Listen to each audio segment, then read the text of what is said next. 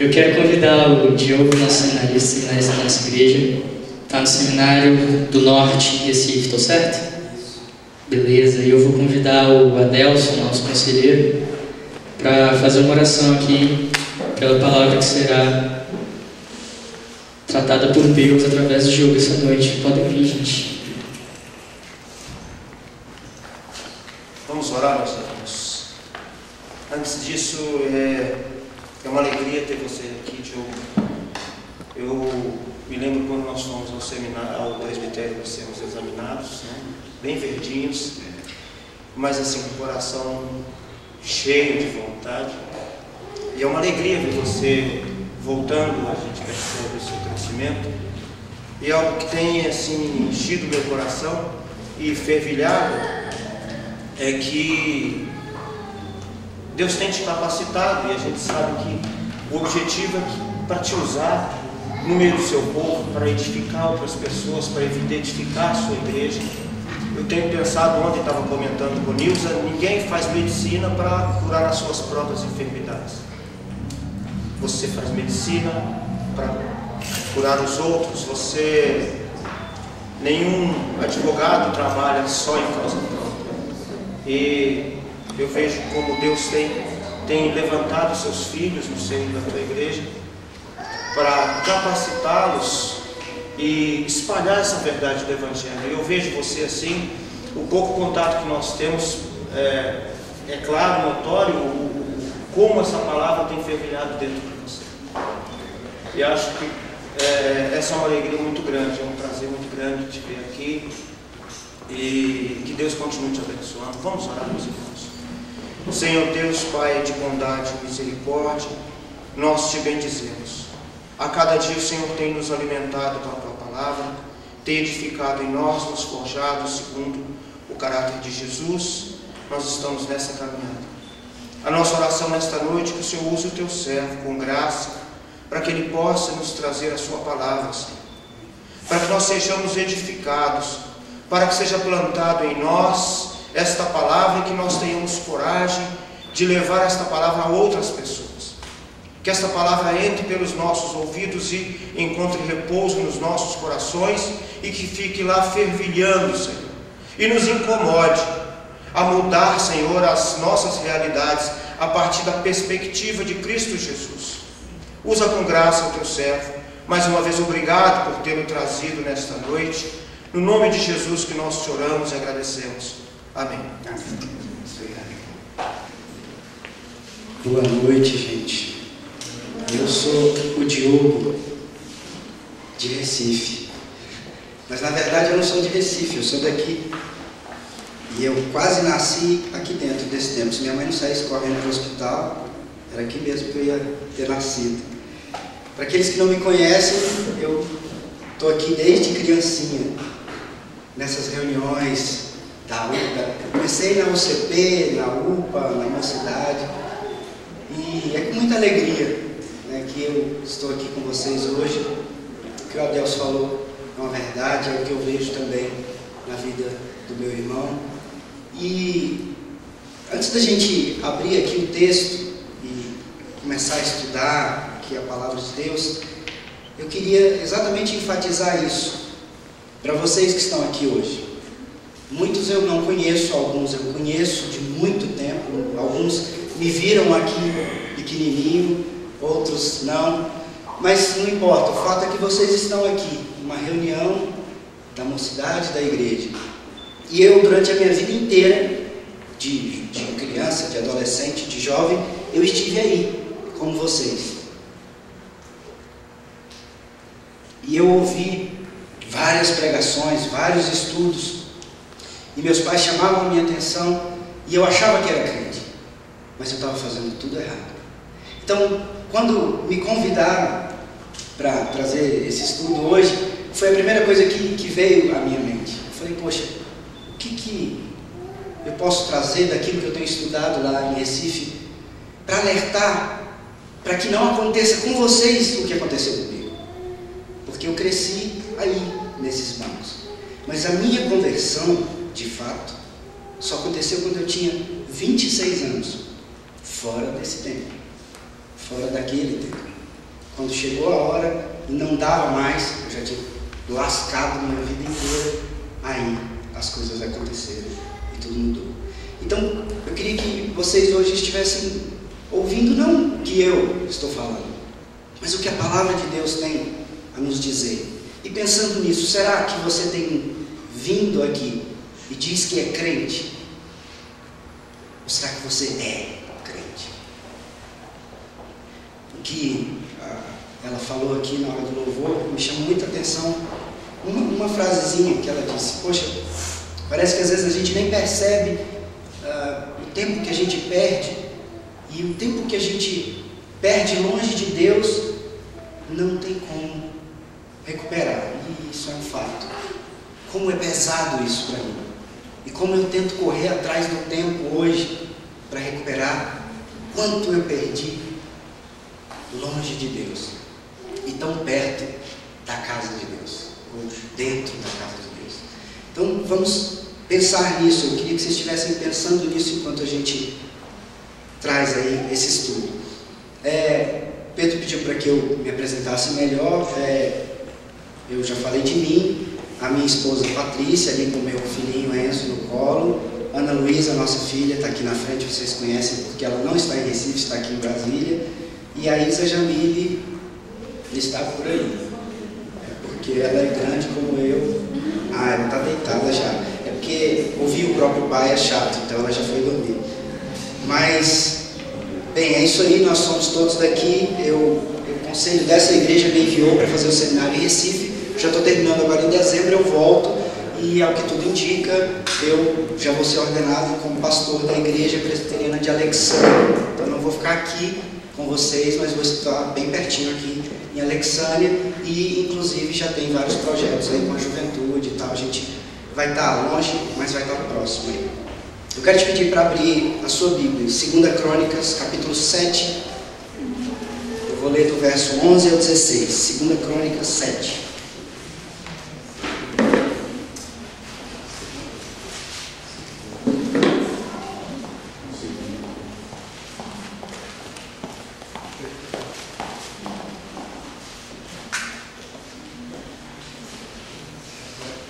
E o texto diz o seguinte, todo mundo achou? 2 Crônicas 7, a partir do verso 11.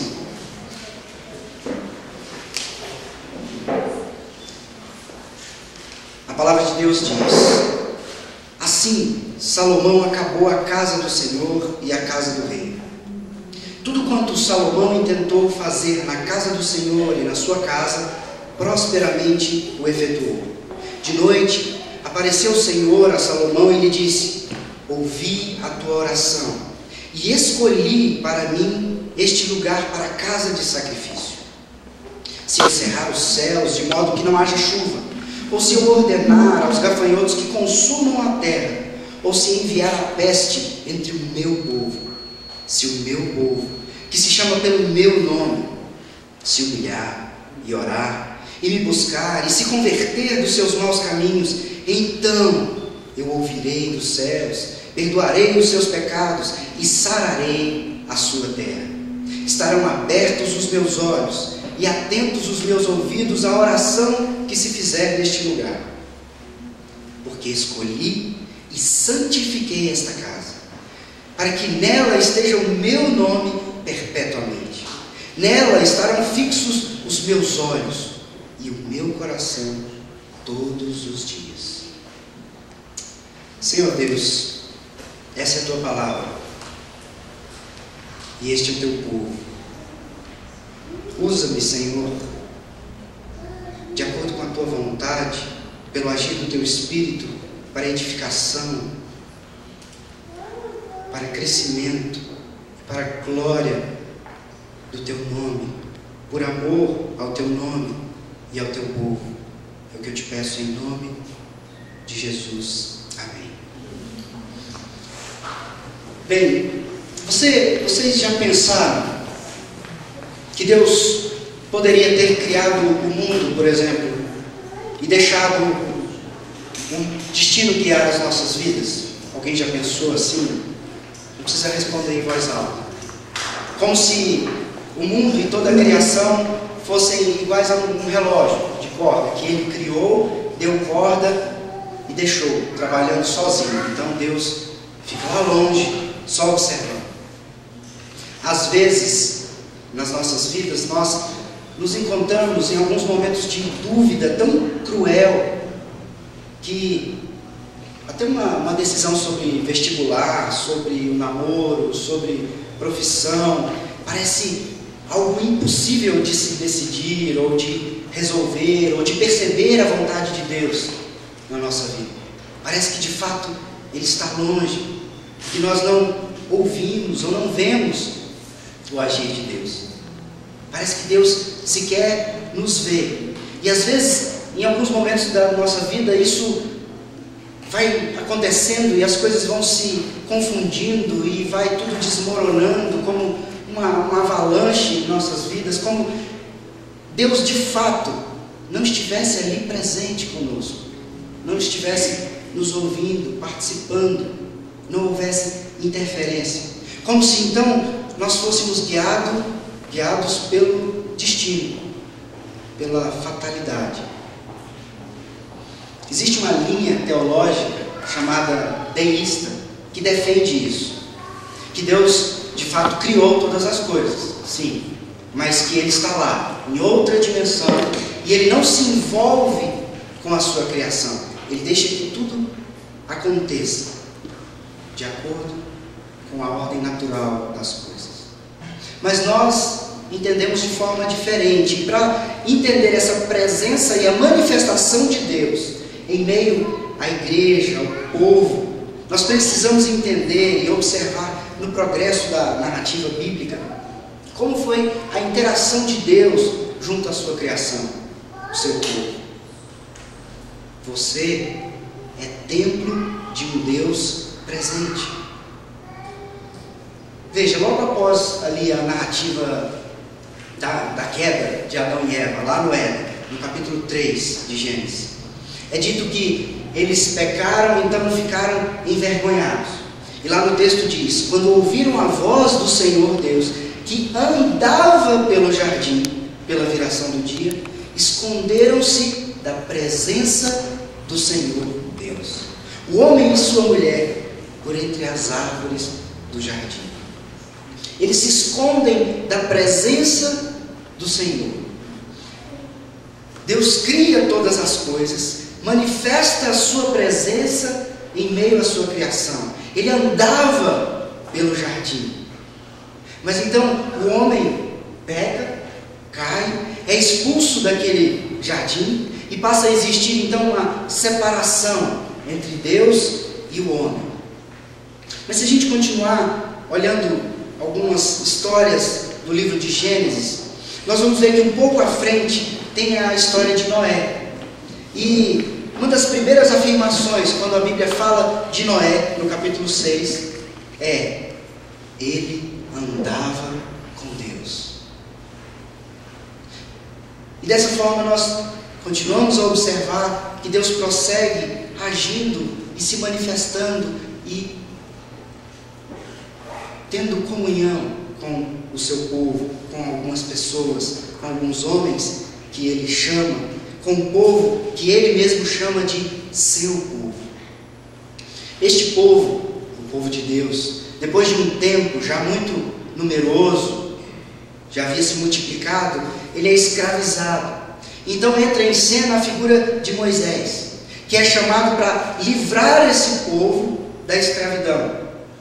E quando eles estão no êxodo, saindo do Egito, da escravidão, eles param à sombra de um monte chamado Sinai e fazem então ali um acampamento à sombra daquele monte. E lá no alto desse monte, o próprio Deus escreve a sua lei e entrega a Moisés, para que o seu povo viva de acordo com o caráter dele. Um pouquinho mais à frente, em Êxodo 25, é narrada a orientação de Deus para que fizessem então ali, naquele povo que caminhava pelo deserto, uma tenda, o tabernáculo, como uma arca, a arca da aliança, onde ele iria manifestar a sua presença e glória no meio do seu povo. Portanto, quando eu digo que você é templo de um Deus presente, é porque, em primeiro lugar, Deus sempre manifesta a sua presença em meio ao seu povo. Quando o povo de Deus já está organizado como um reino, nós sabemos da história de Davi. Davi é constituído o rei daquele povo, o povo de Deus, o povo de Israel.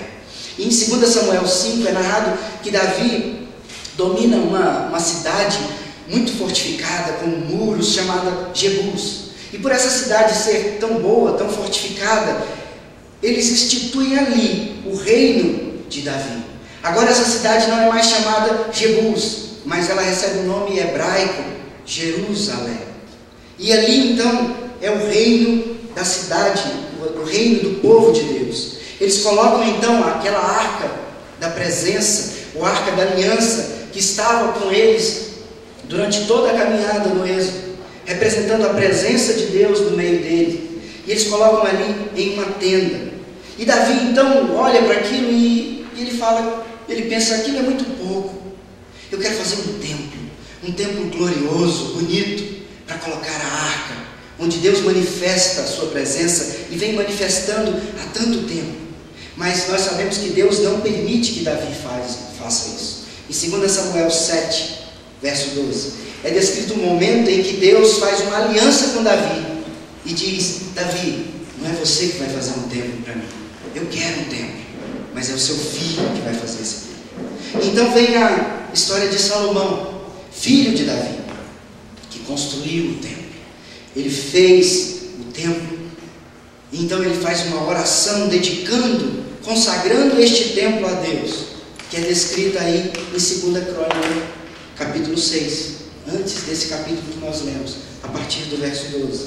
Então agora, no capítulo 7, que eu li, Deus está respondendo à oração de Salomão, mostrando que ouviu o pedido de Salomão, dizendo a partir do verso 12: ouvi a tua oração e escolhi para mim este lugar, para a casa de sacrifício. Logo nessa primeira frase aí do verso 12, existem algumas expressões que chamam a nossa atenção. Deus ouve, Deus escolhe, e Ele designa para que Ele escolheu na sua resposta a Salomão: para a casa de sacrifício. No contexto bíblico, nós precisamos entender três coisas sobre essa palavra sacrifício. Sacrifício é para consagração, sacrifício é para comunhão, sacrifício é para expiação, para limpeza, para perdão. Expiação. Portanto, Deus está falando para Salomão que o templo é para consagração, comunhão e expiação do seu povo. Salomão sabia que Deus não poderia ser contido ali dentro daquele templo. Isso fica muito claro no início do livro de 2 Crônicas. No capítulo 2, ele diz que os céus e até os céus dos céus não podem conter a grandeza de Deus. Salomão estava consciente da grandeza e da onipresença de Deus. O templo não foi construído para conter Deus, porque Deus é Espírito. Ele não está somente dentro do templo, Ele é onipresente. A aliança com Davi, lá atrás, deixou muito claro que o próprio Deus desejava e ordenou o lugar como sendo onde Ele poderia se relacionar com o seu povo e não ser contido lá. Templo não é invenção humana, é vontade de Deus. E esse relacionamento no templo não era só para os momentos de adoração, mas também para os momentos de dificuldade. E Deus deixa então instruções para estes momentos de falta de chuva, de gafanhotos, de pestes, de acordo com o contexto daquele povo. E Deus se apresenta como causador destas provações, quando Ele diz aí no verso 13: se eu cerrar os céus. Então, nada do que acontece pega Deus de surpresa. Se fosse assim, Ele não seria soberano, e nós enfatizamos tanto a soberania de Deus nas nossas músicas, nos nossos estudos. Ele é o causador, é quem decreta todas as coisas. Logo, Deus está dizendo aqui: quando eu cerrar os céus, de modo que não haja chuva, ou quando eu ordenar aos gafanhotos que consumam a terra, ou quando eu enviar a peste entre o meu povo, eu sou o causador. O domínio de Deus sobre toda a história é total. Ele realiza todos os seus decretos. Ninguém pode impedir a sua operação ou frustrar os planos eternos de Deus. Veja um texto interessante que sempre me chamou a atenção. Só ouça, em Deuteronômio 32, 39. Deus está dizendo ali para o seu povo, naquele contexto da lei e da instituição da lei, e ele diz: vede agora que eu sou, eu somente e mais nenhum Deus além de mim. Eu mato, eu faço viver, eu firo e eu saro, e não há quem possa livrar alguém da minha mão. Na criação, Deus exerceu então o seu poder divino para trazer o mundo à existência. E então, por sua providência, Ele continua a exercer esse mesmo poder para sustentar toda a criação, se envolver com todos os acontecimentos e dirigir todas as coisas para os seus fins determinados. Deus é grande, o homem é limitado. É isso que Deus vem demonstrando. Ele deixa isso claro para mostrar que maldito o homem que confia no próprio homem, faz da carne mortal seu braço e aparta o seu coração do Senhor. É o que ele diz a Jeremias no capítulo 17, verso 5. O nosso braço forte deve ser o Senhor. Nós não podemos resolver por nós mesmos as nossas coisas. Não adianta nós dedicarmos a nossa vida a termos dinheiro, ou termos influência, ou ser até uma pessoa que quase não tem defeito aos seus próprios olhos. Nós precisamos viver em completa dependência de Deus. Ele é quem faz acontecer, e é Ele quem deve ser buscado em todo o tempo, seja de felicidade ou de dificuldade. Ele diz isso também para Jeremias, no capítulo 33, verso 2. Ele diz: invoca-me e eu te responderei. Você é templo de um Deus presente. Também porque Deus habita em seu povo. Lá em Êxodo 25, que eu citei agora há pouco, em referência a esse tabernáculo, essa tenda que Deus ordenou que fosse feita, o próprio Deus diz: me farão um santuário para que eu possa habitar no meio deles. Nós percebemos então que desde o princípio Deus manifesta a sua presença e diz que vai habitar no meio do seu povo, morar no meio do seu povo. Aqui em 2 Crônicas, no capítulo 7, no verso 14, Deus diz: se o meu povo, que se chama pelo meu nome, ele está se identificando como o Deus que habita no meio desse povo. É o povo que tem uma identidade com o seu Deus, que tem um Criador, um proprietário exclusivo, zeloso. Ele é Deus conosco, Emanuel. Esse nome Emanuel, que a gente repete tantas vezes, é composto da preposição em, mais a indicação da primeira pessoa do plural, nós ou conosco, mais o nome de Deus em hebraico, ou pelo menos o início do nome de Deus, El. Ou seja, em nós, Deus conosco, o Deus presente. Ele não está lá, num trono distante. Veja, por exemplo, ouça, em Êxodo 19, 5, antes de entregar as tábuas da lei lá no Monte Sinai, Deus orienta o povo e diz: agora, pois, se diligentemente ouvirdes a minha voz e guardares a minha aliança, então sereis minha propriedade peculiar dentre todos os povos, porque toda a terra já é minha. Sereis minha propriedade exclusiva. Veja que essa linguagem, essa promessa, não é para qualquer um, não é para todo mundo, mas para o povo de Deus, aos que se reuniam em seu nome, por meio de um pacto com Ele. Ao se reunirem, se humilharem, orarem, buscassem a Deus, Ele ouviria. Como povo de Deus, nós não somos donos de nós mesmos, não somos donos das nossas vidas, não decidimos aquilo que devemos fazer. Devemos buscar em Deus o que devemos fazer, nos entregar completamente. E como Pedro falou aqui no início, como é difícil viver esses verbos: depender, se entregar, confiar. Mas é aí que entra a sua parte. Nós também fazemos algo. Deus é soberano, mas há a nossa responsabilidade neste relacionamento. Quando Deus expressa aí, nesse verso, Ele coloca uma condicional. Ele diz: se o meu povo, que se chama pelo meu nome, se humilhar e orar, eu perdoarei e sararei. Se humilhar e orar diz respeito ao comportamento do povo.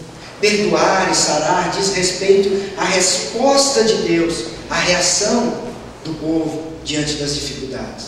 Deus está dizendo: eu trago as dificuldades, vocês se humilhem, orem, me busquem, e então eu perdoo vocês e saro a nossa terra. Nesse texto há uma fórmula do comportamento de submissão do verdadeiro cristão, que é humildade em oração com arrependimento. Humildade em oração com arrependimento. Veja que a sua atitude de buscar a Deus não deve ser como uma troca, como uma negociação, uma barganha com Deus. Eu faço jejum e Deus me passa no vestibular.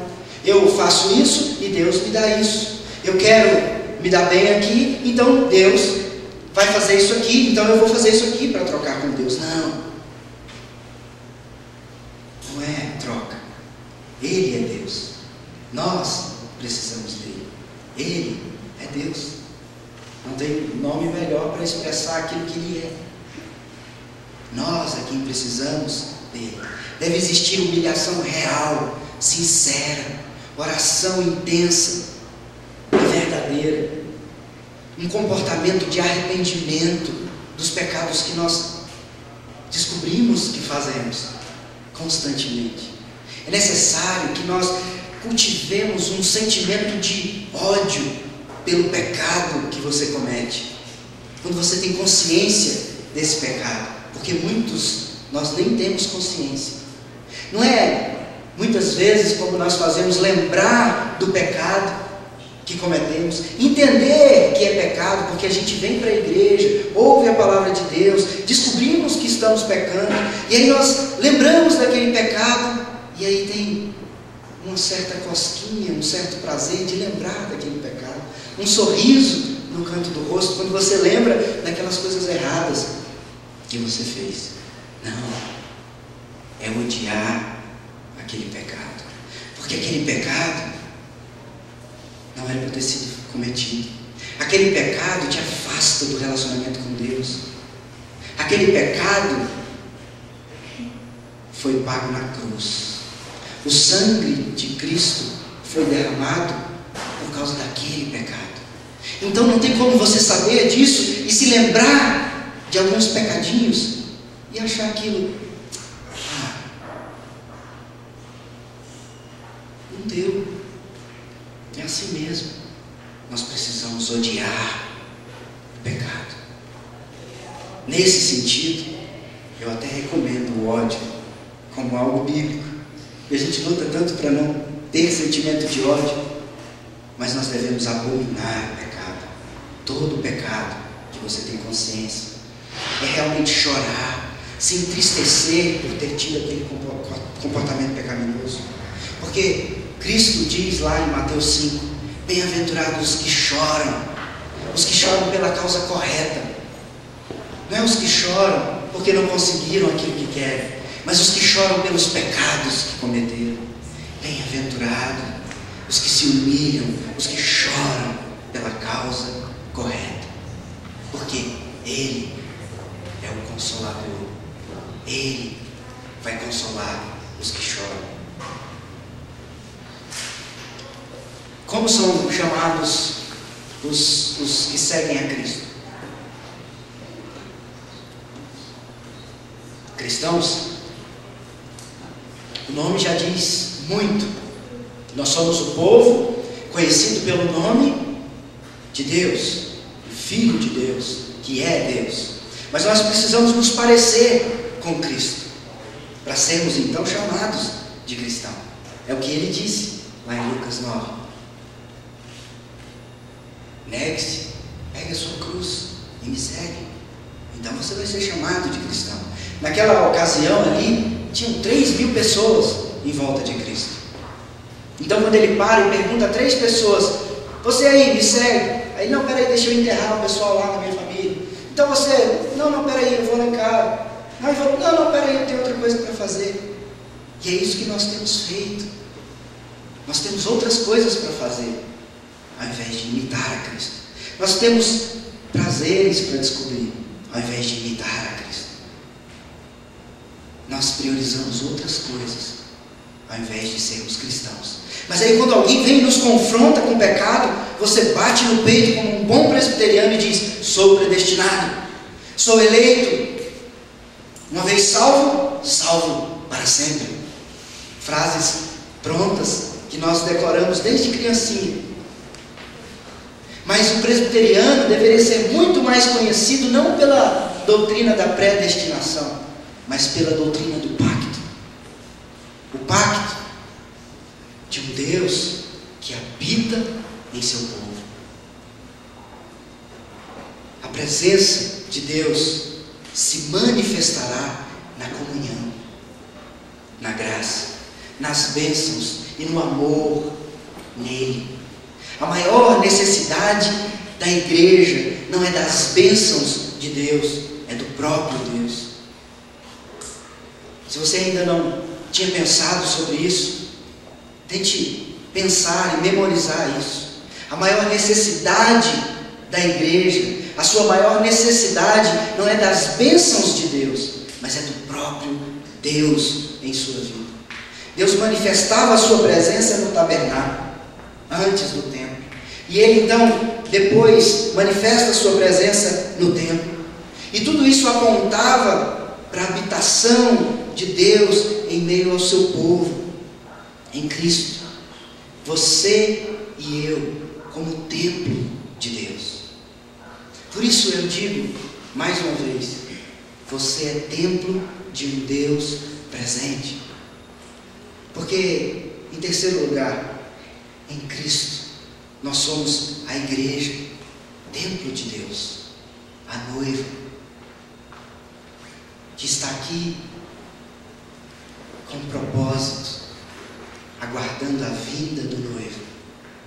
Deus, em sua resposta a Salomão, diz o porquê ele faria isso. No verso 16, ele diz, porque escolhi e santifiquei esta casa, para que nela esteja o meu nome perpetuamente. Nela estarão fixos os meus olhos e o meu coração todos os dias. Ou seja, essa casa, o templo, foi escolhido e determinado por Deus. E o nome dele estará lá. Ele habita nesse lugar. Mas quando ele diz perpetuamente, fica explícito que ele não está falando só daquele templo, ali, naquele lugar. Pois Deus sabe de todas as coisas e Ele sabe que aquele templo não era eterno. Mas Ele está falando da sua habitação, sua igreja, que é eterna, sua noiva, o corpo de Cristo, que é a verdadeira igreja. que somos nós. E esse entendimento nos leva diretamente ao estudo da habitação de Deus em nós, como indivíduos e como corpo. Deus acompanhava seu povo pelo deserto, de dia em uma coluna de nuvem, trazendo sombra, de noite em uma coluna de fogo, iluminando.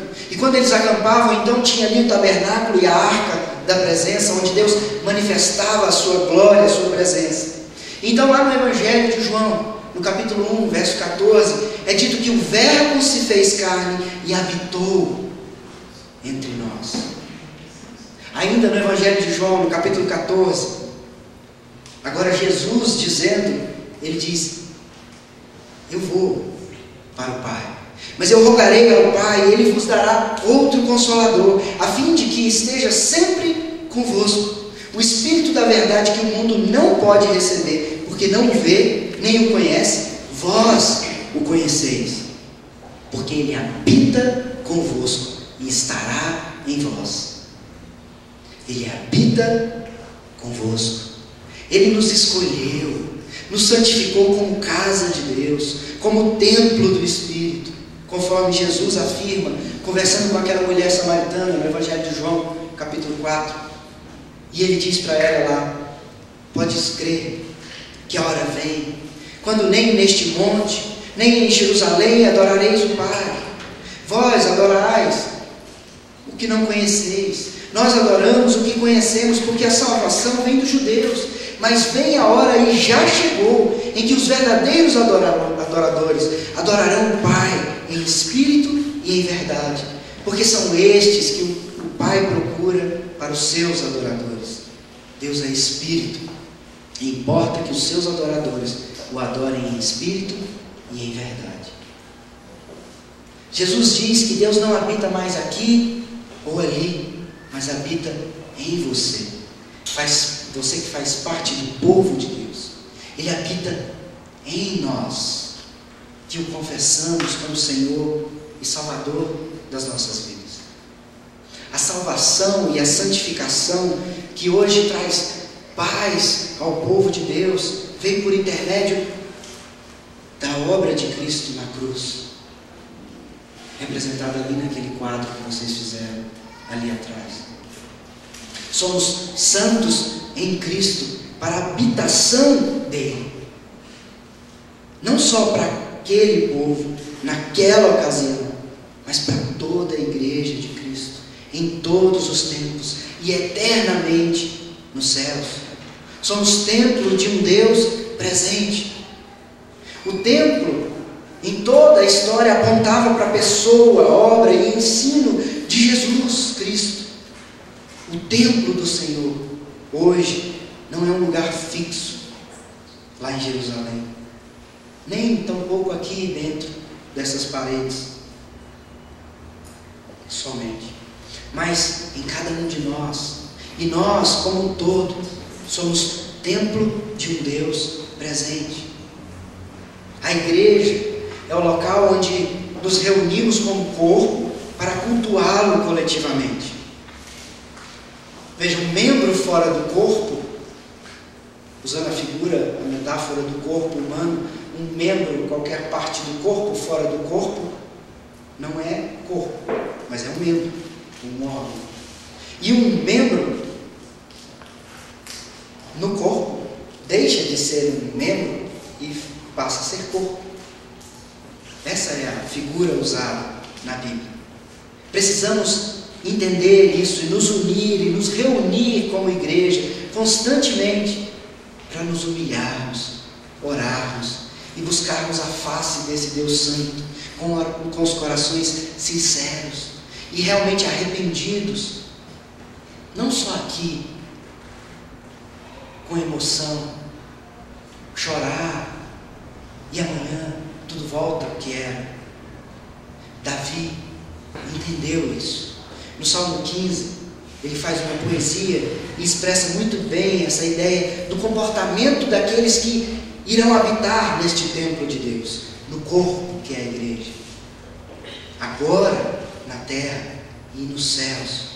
Lá no Salmo 15 ele diz: Quem, Senhor, habitará no teu tabernáculo? Quem há de morar no teu santo monte? E então Davi, inspirado por Deus, ele mesmo responde: o que vive com integridade, que pratica a justiça, de coração fala a verdade, o que não difama com sua língua, não faz mal ao próximo, nem lança injúria contra o seu vizinho, o que aos seus olhos tem por desprezível ao réprobo, mas honra os que temem ao Senhor, o que jura com dano próprio e não se retrata, o que não empresta seu dinheiro com usura, nem aceita suborno contra o inocente. Quem deste modo procede não será jamais abalado, habitará no tabernáculo do Senhor, agora e para todo sempre. Nós precisamos nos comportar de acordo com aquele que habita em nós e como aqueles que habitam nele, todos por um e um em todos. Não podemos viver uma vida cristã de fachada, achando que somos crentes. Precisamos nos testar, precisamos buscar de fato em Deus, pois em nós deve ser manifesta a presença e glória de Deus. Veja que, antes do trecho que eu li, ainda no capítulo 7 de 2 Crônicas, no verso 1, fala um pouco dessa manifestação da glória de Deus. Lá no verso 1 diz: tendo Salomão acabado de orar, desceu fogo do céu e consumiu o holocausto e os sacrifícios, e a glória do Senhor encheu a casa. Os sacerdotes não podiam entrar na casa do Senhor, porque a glória do Senhor tinha enchido a casa do Senhor. Todos os filhos de Israel, vendo descer fogo e a glória do Senhor sobre a casa, se encurvaram com o rosto em terra, sobre o pavimento, e adoraram e louvaram ao Senhor, porque é bom, porque a sua misericórdia dura para sempre. Esse texto é tão conhecido, mas será que nós já tínhamos entendido que toda essa manifestação e perfeição do templo de Deus é para mostrar que nós somos o templo de um Deus santo, e que nós temos que nos comportar nos mínimos detalhes, como ele descrevia cada centímetro e cada milímetro daquele templo e daquela arca, daquele tabernáculo, porque ali habita um Deus santo, em nós habita um Deus santo. Ele é o Deus que habita no meio do seu povo, em seu povo. É o Emanuel, que morreu para que você viva e viva por Ele, em santidade de vida, em oração sincera. Você é templo de Deus. Viva isso. Não deixe para amanhã. Comece hoje. A gente pode fazer um exercício aqui agora,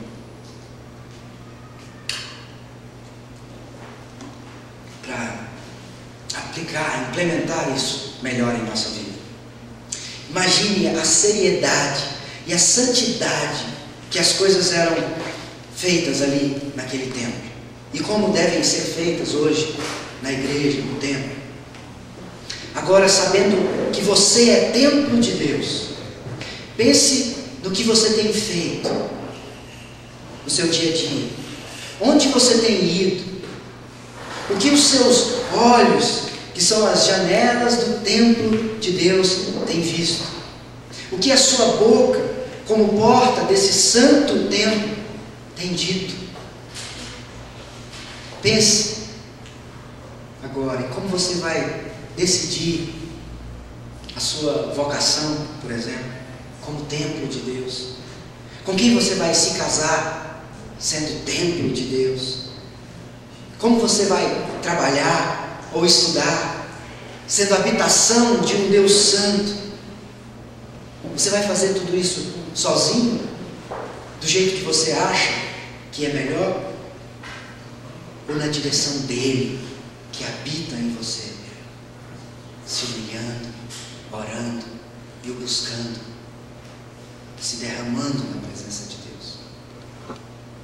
Diante desse entendimento, pessoal, todos nós, eu e você, temos algo a fazer. Independente da maturidade que você se encontra, do seu nível de entendimento intelectual, cultural ou até mesmo bíblico, todos nós temos algo a fazer, a mudar. Comecemos então a viver como um templo verdadeiro, de um Deus verdadeiro. Se você quiser mudar o que você é, primeiro você precisa mudar o que você faz.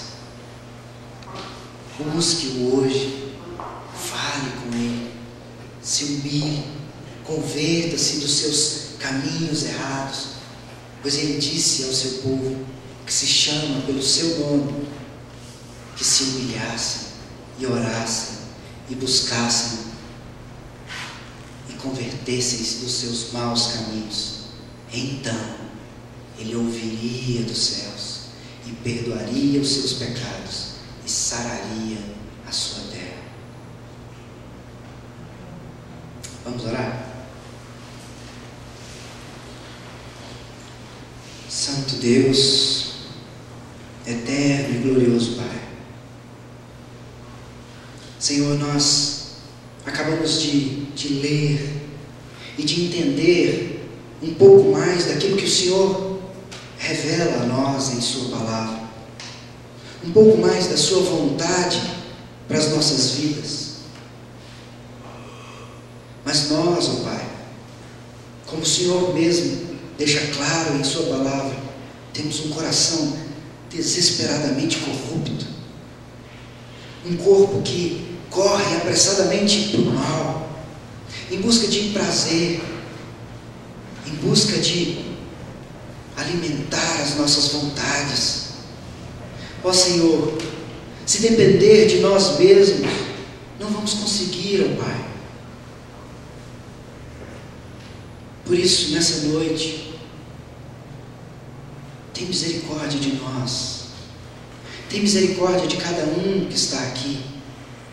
Coloca em nossos corações motivação, ó Deus, para Te buscar verdadeiramente, para entender o que foi pago ali naquela cruz, para entender que cada pecado que cometemos foi colocado ali naqueles cravos em Cristo Jesus, para que nos humilhemos de coração sincero e busquemos, ó Pai, viver completamente entregues à Tua vontade a cada dia, e que essa caminhada seja como uma escada, e que a cada dia nós possamos subir um degrau e nos aproximar mais da Tua vontade e largar os fardos deste mundo, a prática do pecado, nos alimentando da Tua palavra, buscando imitar a Cristo, o nosso Senhor. Ajuda-nos, Pai, perdoa-nos, nos capacita a viver a cada dia, nos preparando como a noiva que anseia pela Tua volta, que clama, que chora, que grita para que o Senhor volte, e que possamos viver completamente renovados e glorificados na Tua presença eternamente, como a igreja que glorifica o Teu nome. Ó Pai, e que enquanto esse dia não chega, possamos viver também buscando glorificar o Teu nome a cada dia, e que nós, enquanto mais jovens, não estejamos pensando que ainda há tempo, que o Senhor nos desperte para o Teu tempo, para que vivamos o Teu tempo, o propósito que o Senhor colocou na vida de cada um que está aqui, o chamado, a vocação que o Senhor tem para cada um aqui, onde quer que ele esteja, onde quer que seja a área de trabalho, de estudo, que cada um de nós esteja respondendo ao teu chamado e vivendo a habitação do Senhor em nós. Em nome e por amor de Jesus. Amém, Senhor. Amém.